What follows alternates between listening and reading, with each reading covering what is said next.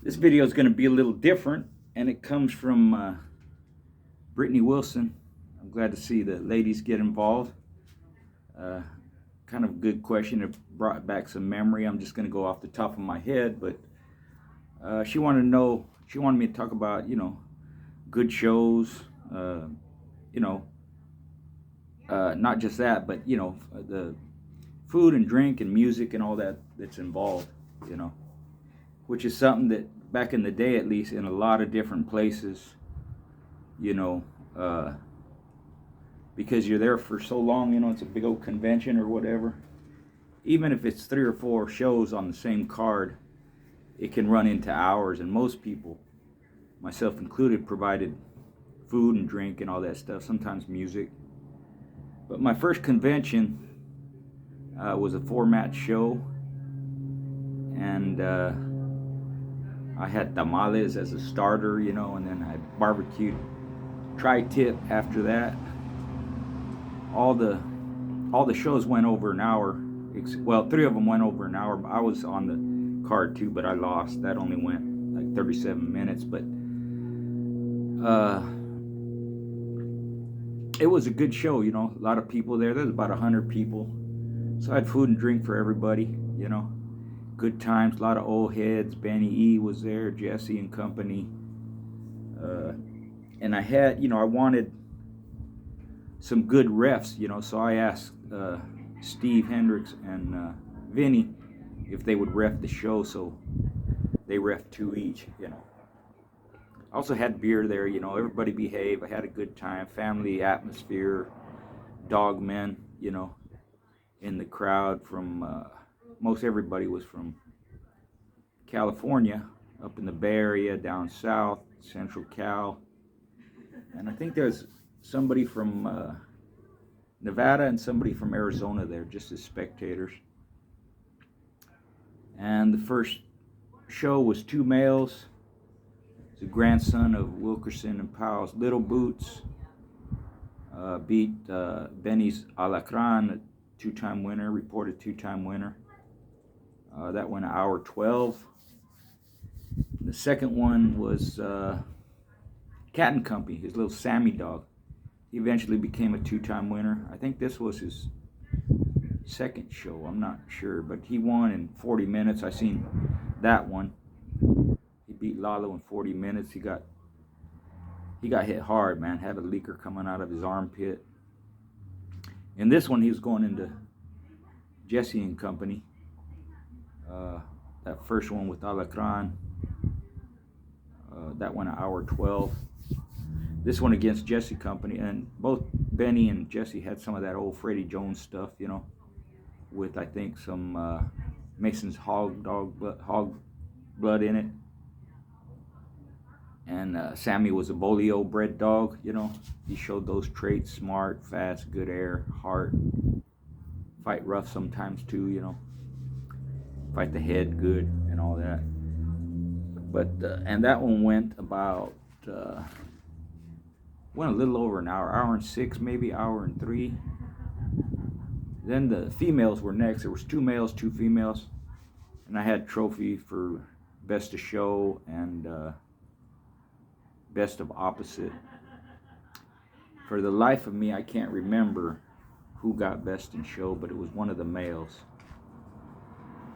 The third one was those 2 females. One was a Bolio bred female, I think a half sister to the one Cat and Company used. I think her name was Daisy. Yeah, Daisy. I think it was Daisy. This is a Daisy or sister. They were sisters. Daisy and another one. And they were bred down off of Champion Kramer, son of Bolio, kind of half brother, half sister bred, something like that. And but the Bolio female was handled conditioned by Cat and Company again, so he had 2 on that show, going against a pretty heavily lion bred Eli bitch. Again, I forget her name, but that was a slam bag affair, man. The Eli bitch bit harder. Bolillo bitch, of course, showed a lot of action, a lot of gameness. They were back and forth. They were trading front ends and stifles. And I think what made the difference was the mouth of the Eli female. It was even for 45, 50 minutes. Then the Eli female started taking over, and Lily was her name. Yeah, and she started taking over and biting hard, and they ended up picking up the Bolillo bitch in like an hour 35. It was a good match. I'm sure Lily got best of opposite. And then I was up next, and I was young and thought I knew more than I did. I didn't. Going against John Craig, rest in peace, John Craig. He left us too early. But he had kind of that white blood with some different stuff in it. I think it might have had even some Zebo and Bully Sun in it.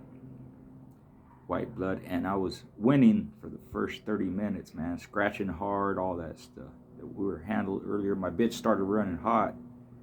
Her name was Tank. She was a boomerang bred female from Boyles. And kind of along the lines of Grand Champion Queen of Hearts bottom side. I forget if she was out of Queen of Hearts mama or sister or relation, but it was that stuff, same stuff, Sweet William and Zeb, boomerang stuff. And my bitch was scratching hard, hitting the throat, looked like I was gonna win. John's dog, Baby, started pulling up a little bit, scratching slow, but she kept scratching. And as mine started to fade, Baby started to come on. So at 37 minutes, my bitch quit. But all in all, it was a good show, you know. And again, good food and good camaraderie and all that. Everybody professional, you know, no arguments, no nothing. Those are the best shows, when everybody just can be a professional and show their dog professionally and have some good dogs. But I was proud of that show. It was a good show, even though I lost. I think the best show that to my recollection, that I went to in Mexico was a show put on by DNK. It was called the Back in Black show. And the atmosphere was just as good as the show, in my opinion.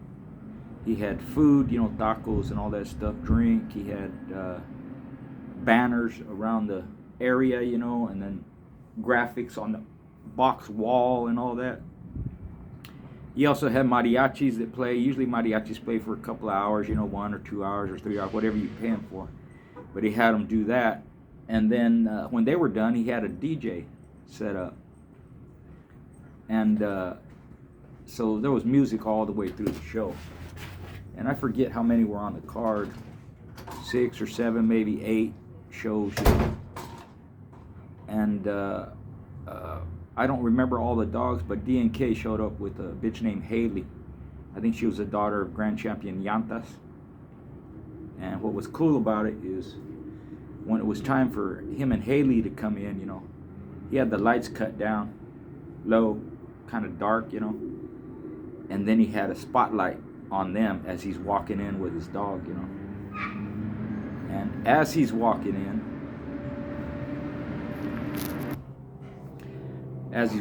they had a spotlight right on him like that in the dark, just like you see on some of the boxing matches, Prince Hamed or whatever, you know.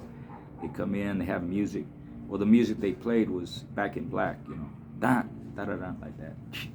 Like that, black AC/DC. It was cool. So they had the music on the intro. They had him coming in under spotlight, gets to his corner. They cut the music, release your dogs. And Haley was a good fighter, if nothing else. I think she won 2 and lost 1 after that. But she could fight. And she would trade shoulders and stifle, be rough like that, but she'd also go to the nose and the head, you know. She won in about 50 minutes. And in this show, I think he gave trophies to all the winners. Another little female on the show, she was an Eli or Bully Sun bred female from OTK. She won in 16 minutes, 15 minutes, something like that. But during this show, you know, you have all these people again from all around. Food was good, drink was good, and Mr. Don Divine happened to be there. And I had spoken to him, and I seen him there. I didn't want to approach him and bother him, he's got his people there with him. I got away from that later on, where I would approach people just to say hi and introduce myself. But I was standing off to the side, and he had a couple of guys with him, younger guys, and they come over to me and they go, basically, hey, Mr. Divine's here. He knows who you are. He remembers you from back in the day. You guys talked, I had got to speak to him through another dog man back in the day, but I'd never met him in person. Talked to him on the phone a couple of times, like I tried to do with a lot of the people.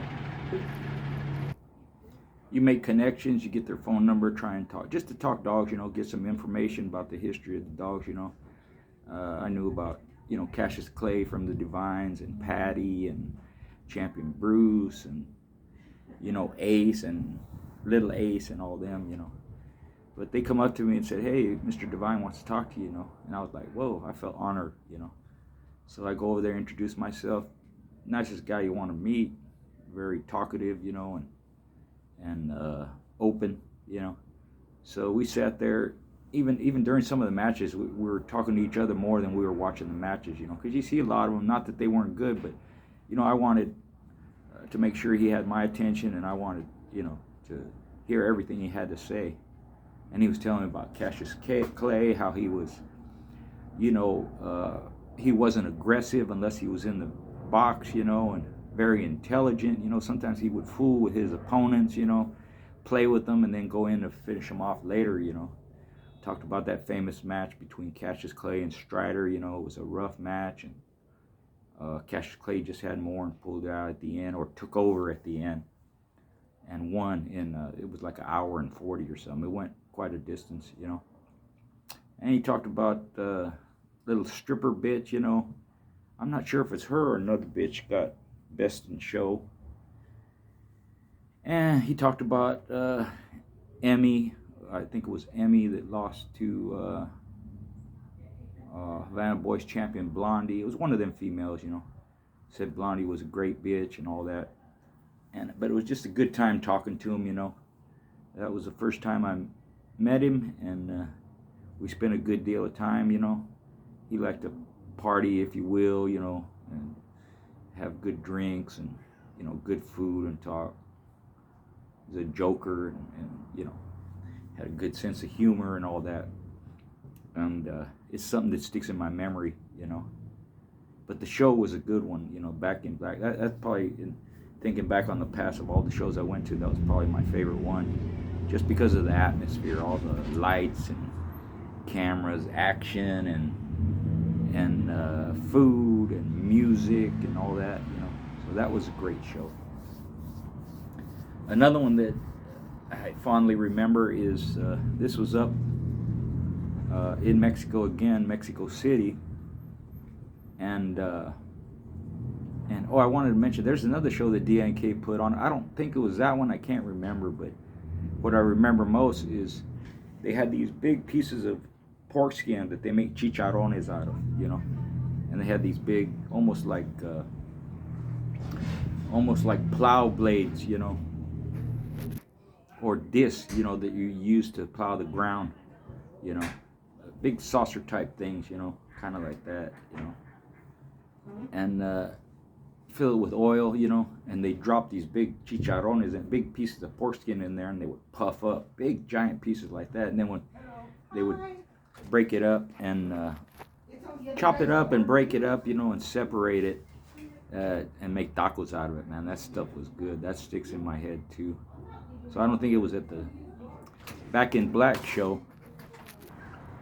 but they were so good that I remember them. But it was one of DNK's show. I just don't think it was that one. And them tacos were good salsa and all that,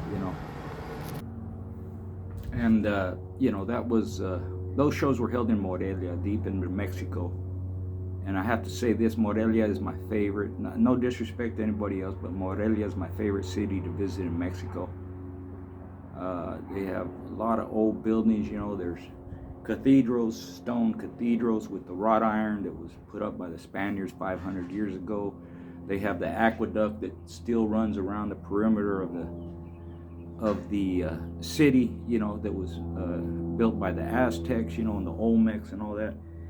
And they have marble buildings, you know. A lot of them are open air. They don't even have, because of the climate, they don't even have doors on the businesses, you know, restaurants and stuff like that. You just walk in and there's marble all over, you know. And big old beautiful cathedrals, and the artwork they have, and the construction they did, you know. How do they get these big rocks up there and all that, you know. But it's a beautiful city. And there's this one place we always go to, a restaurant, and they serve something that's called molcajete. Molcajete is the it's made out of volcanic rock, you know. You see it, and they have a little stone, you know, and that's how they make salsa. You rub it like that and crush salsa, crushed chilies and onions and all that. But what they do is they heat this molcajete up till it's real hot, right? And then they put salsa in it, and on the side they cook beef, chicken, shrimp, chorizo, nopales, you know, cactus, and they have cheese, and they have it all in this molcajete filled with salsa. They put it in there, give you tortillas. On the side you have rice and all that. I had that almost every time I went there, you know. I've been there several times in the past, and we always look forward to going to that restaurant. Then you walk down through the city, and they always have something going on, some like almost like a fair, you know, or they have some entertainment, they have some dancers, or they have some, you know, it's almost like they do it every weekend, you know, because it wasn't any particular holiday we were on down there. It's just something they do for the masses, you know. Then you walk around town, and you can buy drinks on the street, or you can buy artwork or clothes or memorabilia or whatever, jewelry, all kinds of stuff, you know. And one thing I noticed, you know, first time I went there is you know, you'd see these old people walking. If it was an older gentleman, he would have a younger, probably a niece or a daughter or something, always helping them walk, you know. They're always arm in arm, walking down the street, you know. If it was a older lady, they would have a younger guy with her, you know. Could be the son, nephew, whatever, you know, family member, helping them along, you know. They even have like a lover's lane that people, you know, couples go in there and sit. It's beautiful trees and all this stuff, you know, flowers and stuff. But I always have fond memories of Morelia. I just love that town. It's a beautiful city, good people. But this other show it was near Mexico City, so we fly into Mexico City. Mexico City is about 7,000 or 8,000 feet in altitude. We had a couple-hour drive to the show, so by the time we got up to the mountains for the show, we were at over 12,000 feet, you know.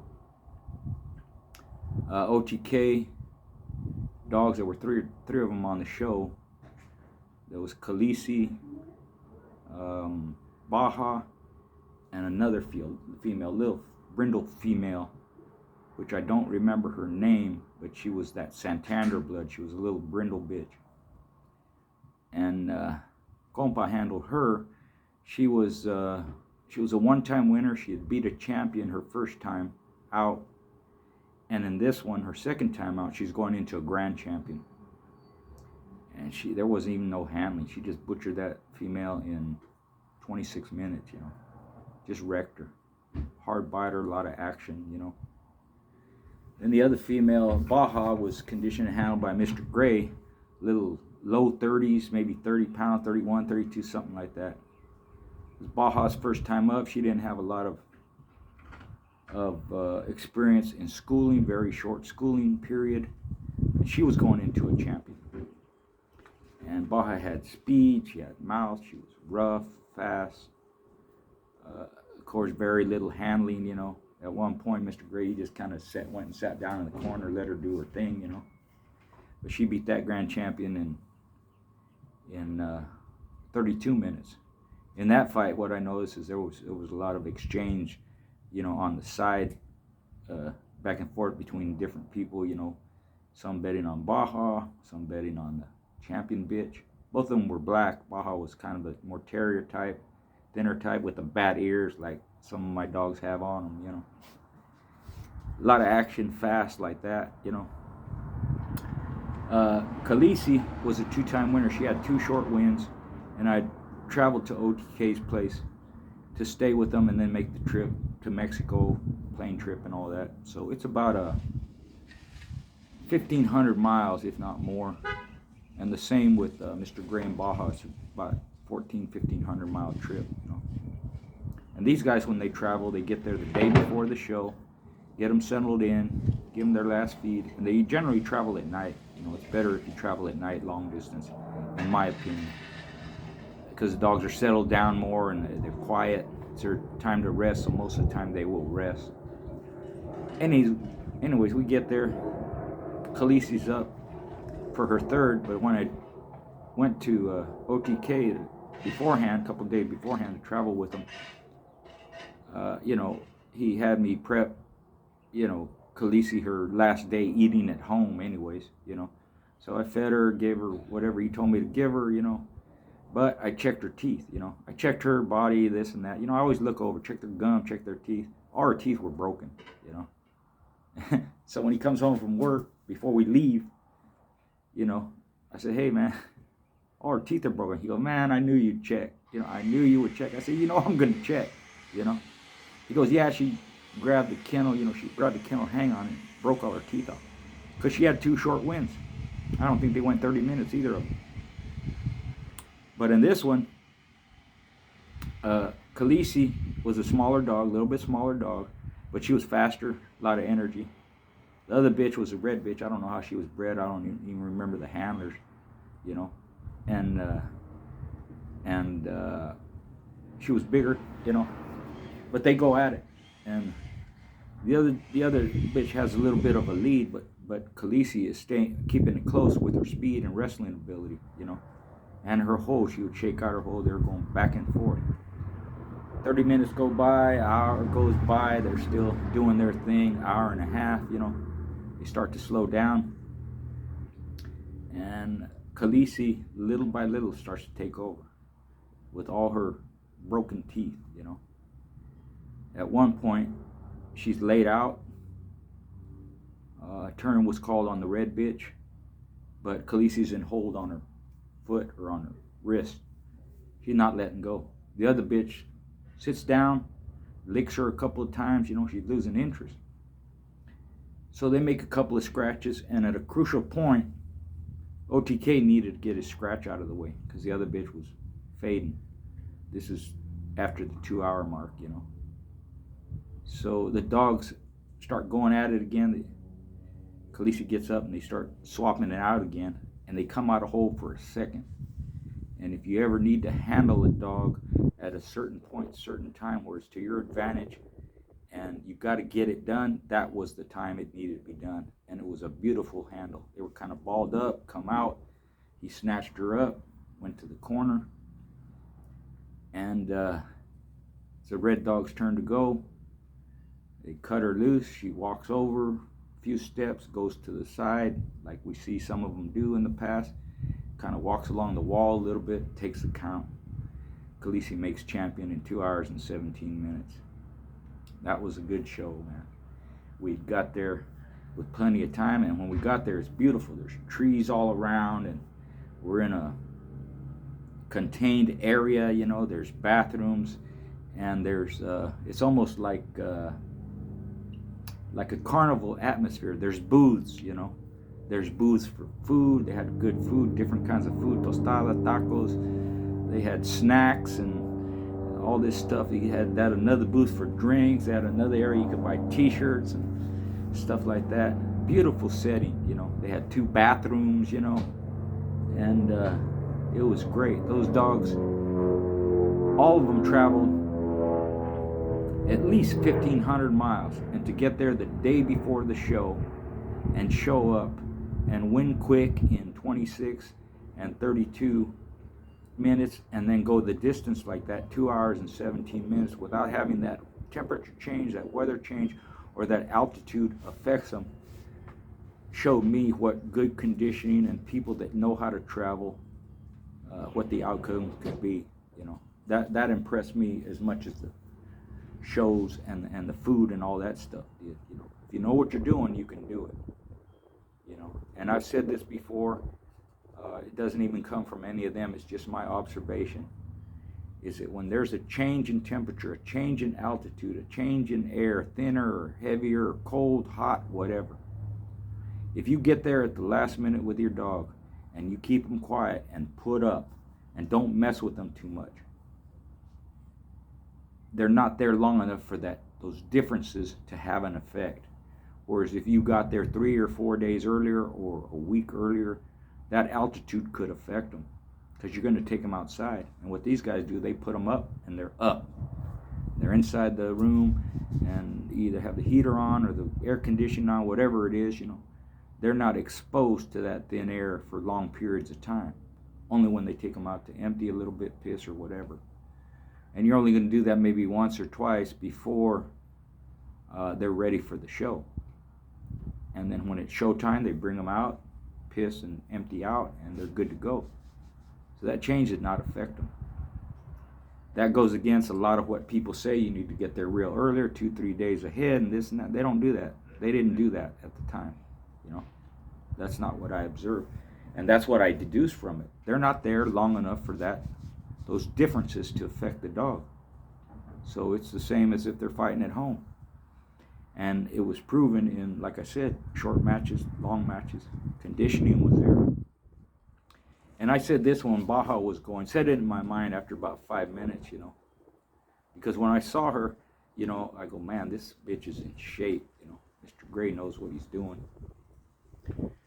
So when Baja was set down after about 5 minutes, in my mind I'm going, you know, she could win this on ability, she could win this with her mouth and style and all that. Even though the other bitch was rough and getting in there on her too. You know, she wasn't no slouch. She earned her title. In fact, they had a video of one of her wins they were showing around there. She looked good, man. But Baja was too fast and she had good mouth and all that stuff. And but in my mind I'm going, if this goes any distance, Mr. Gray's going to win on conditioning too if it comes to that. So he's got the dog. She can win short, but if it goes some time, she's going to win that way too. She was just in excellent shape, you know. And, you know, all three of them were. And Khaleesi showed she was in shape because she went 2 hours and 17 minutes with no teeth and was a smaller dog. And the other brindle bitch, the Santander bitch, she just had too much ability, too much mouth. She didn't have to go no time, you know. And she proved it. So that was a real good show, along with the food and the music they have and the concession stands and all that stuff. Just a great atmosphere, you know. Then of course Mexico City, we go eat tacos and tortas and all this stuff, you know. Good memories. We go visit local dogmen that I know, you know,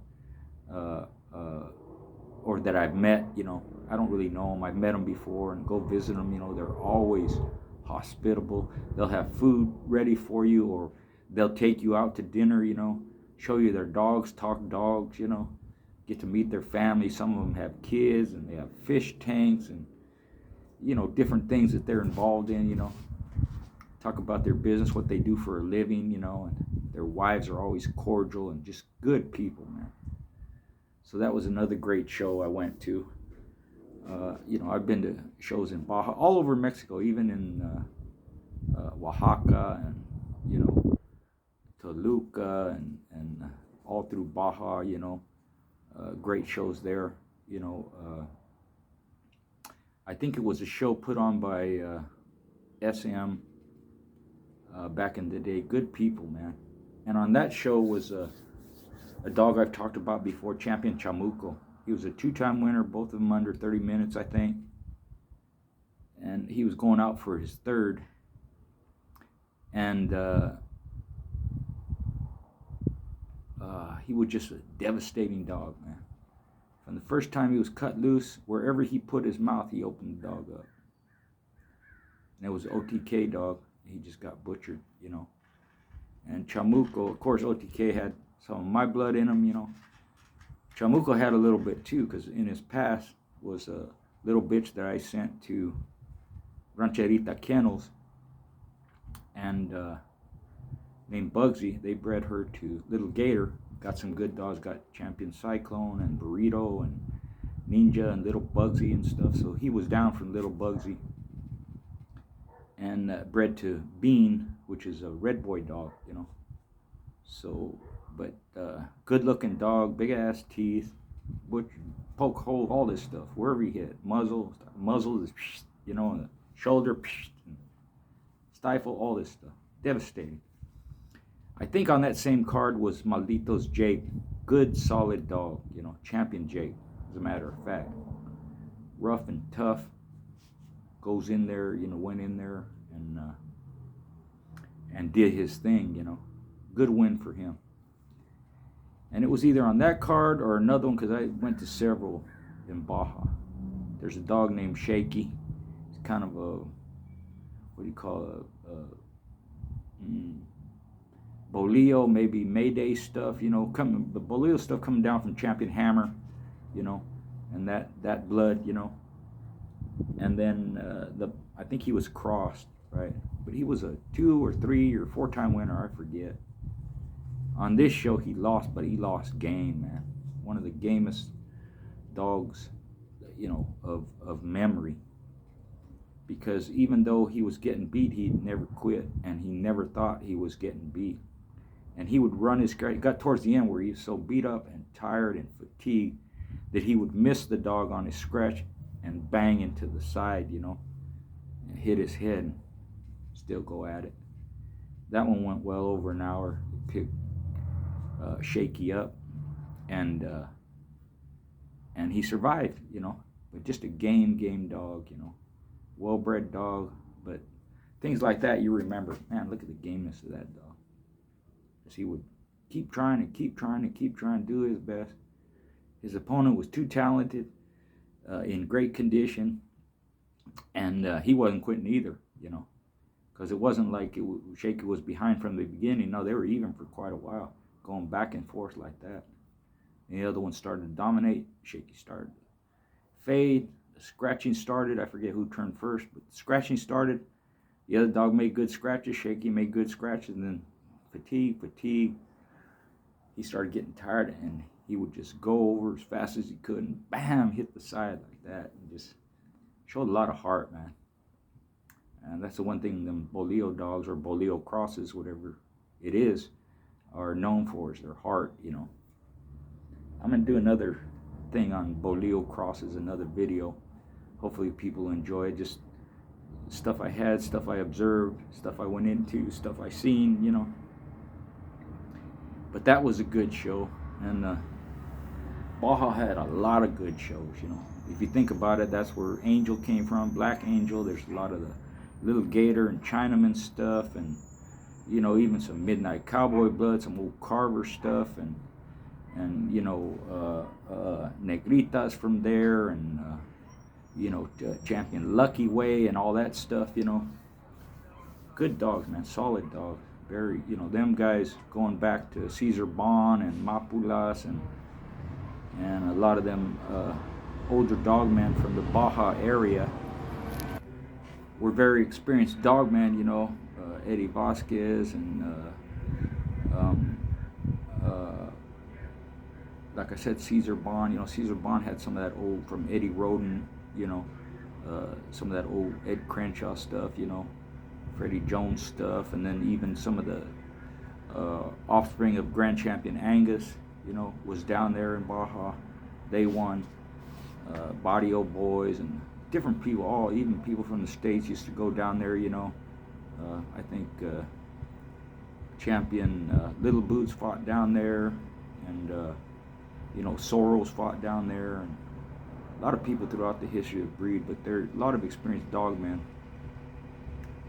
in that area, you know. It's a hotbed for all different kinds of blood, you know. And even some of the guys from the mainland, you know, fought there, you know, Bayonne Club and Espinoza and Cardenas, you know,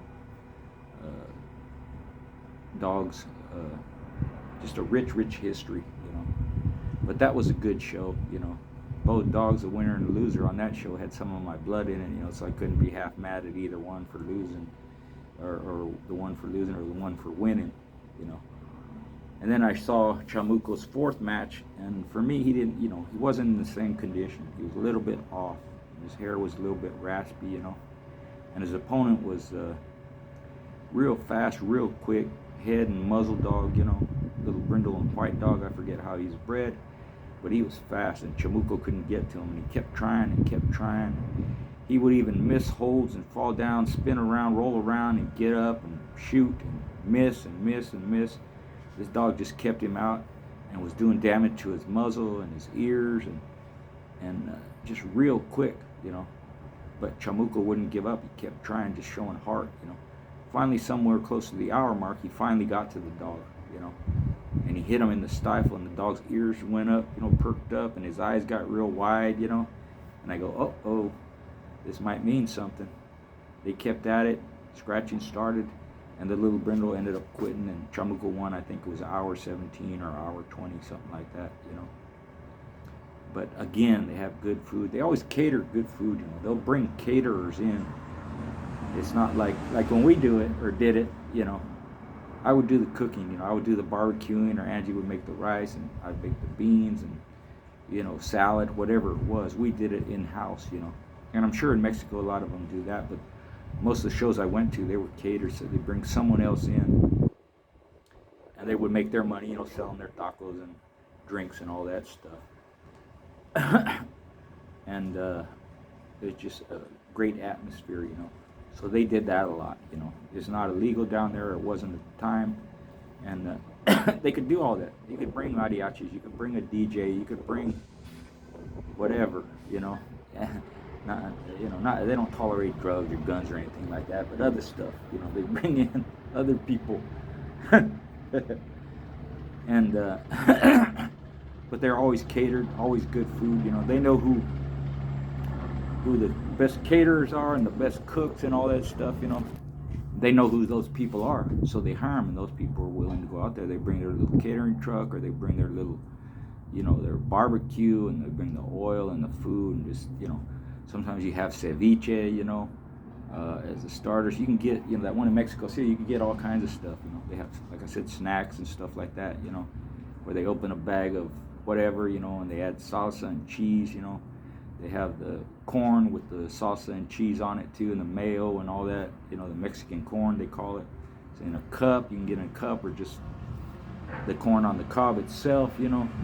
But they have all these little snacks. They have candies and sometimes booze and beer, different drinks, you know.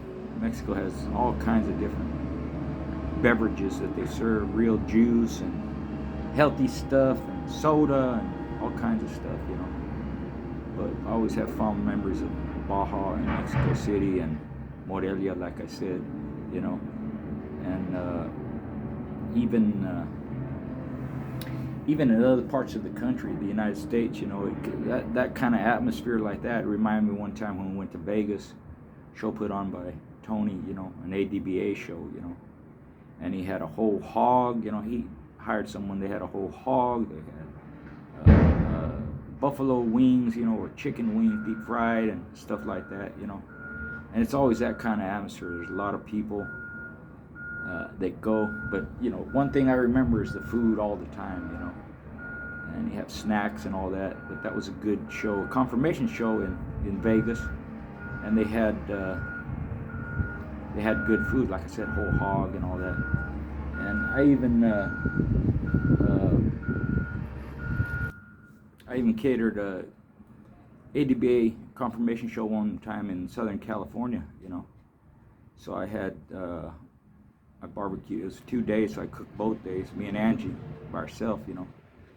There's probably 200 people there, which I'm used to doing. I did that a lot. I've catered for the military. I've catered for handicapped people, you know. I've catered weddings, catered for the bishop, diocese, Catholic bishop, you know.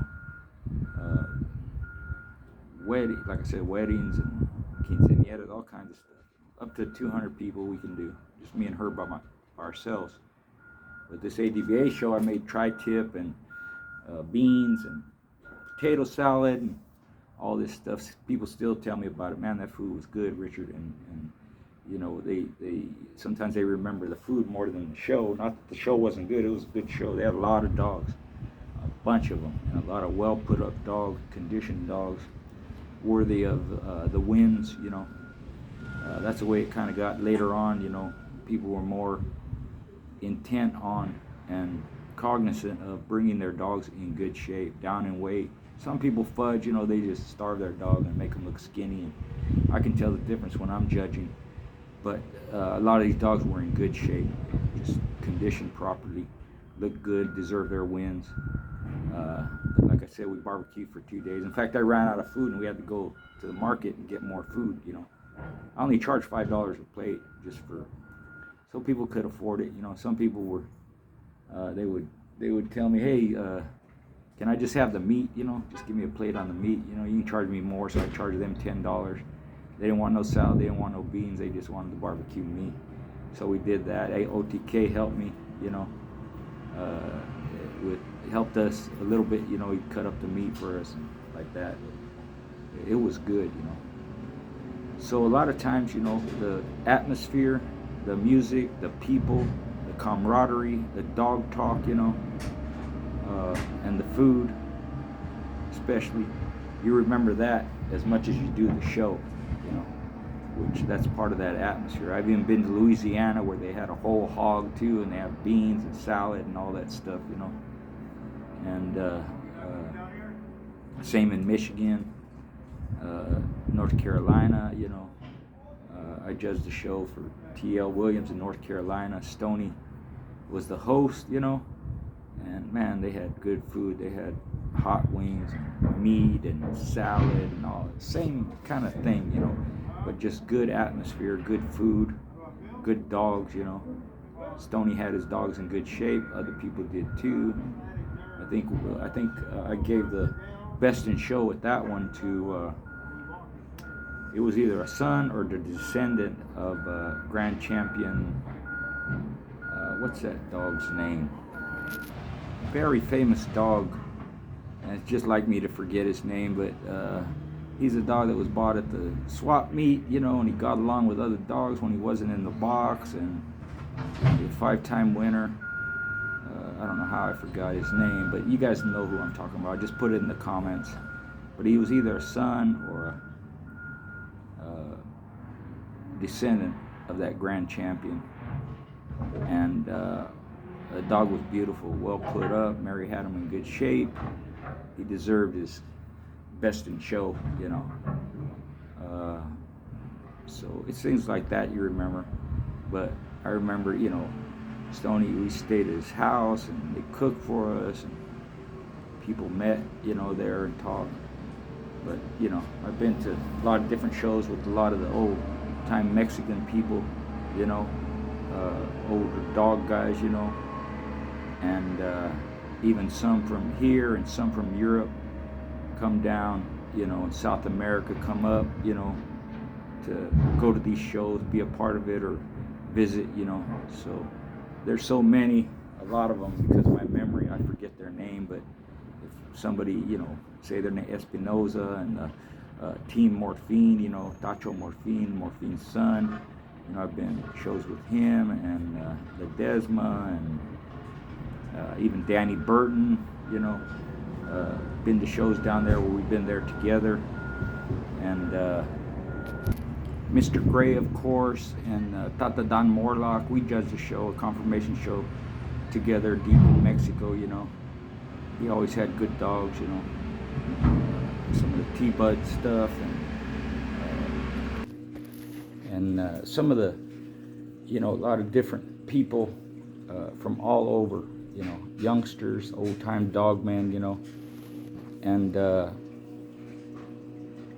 I've even judged shows down there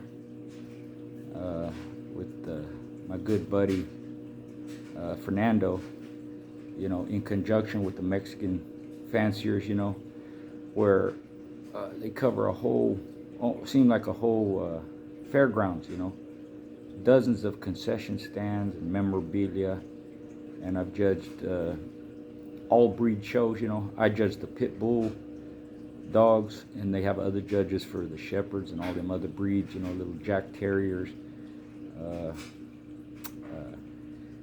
I judged, she was a champion wall climber. Again, I forget her name. Very famous dog. She had the record for the highest jump at one point, and she got, I gave her best in show, best in class for her class, you know. And she was like a runner-up for the best in show of all the breeds. I think a little Jack Russell Terrier won, but she was right up there at the top. I think the other judges didn't like her because she was fit and down in weight, you know, and they thought she was too skinny. But she was in great shape, and she won her competition. Some of these sport events, you know, the weight pool and the treadmill race, they'll run into late into the night, early morning, you know, start in the morning, finish well after midnight sometimes. There's so many dogs involved. At some of these shows, they have exhibitions of attack training. They have dogs doing, you know, exhibitions, you know, how they jump and do tricks and all this stuff. And obedience exhibitions and all kinds of stuff. So I've had a really good time, good memories. Thank you for bringing that subject up, you know, and it brought back some fond memories. Even though I don't remember every little detail, I still remember the event and the people, you know, and good people. Some let me stay at their house. Some, you know, I stay in motels. Some, they, one time they rented a whole house just for me and a couple of the other judges, and then the other judges left and I stayed. I had to stay another day or two, so I had the whole house to myself. We go eat, you know, at night and go look around. I bought jewelry for Angie and just had a real good time, man. And well taken care of. They treat me like family. But great memories of dogs, food, dog men, the events. And once again, thanks for the subject. Hope you guys enjoy it. Feel free to comment. Thanks for your likes and subscribes, and you know, anything you want to put in the comments relative to the pit bull or what we're talking about, feel free to do so. I'll answer them. Got more coming up too. I'm going to do that Bo Leo comparison thing pretty soon. So thanks again.